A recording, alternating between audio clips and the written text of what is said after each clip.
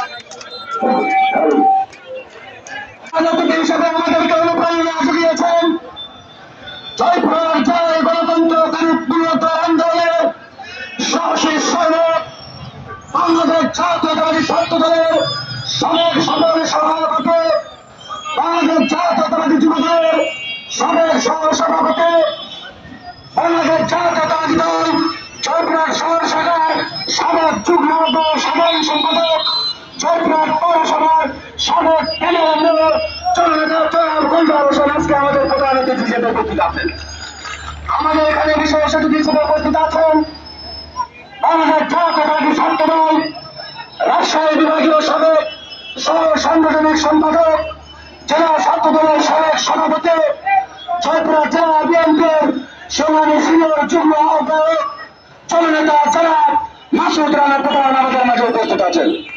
আমাদের মাঝে উপস্থিত আছেন।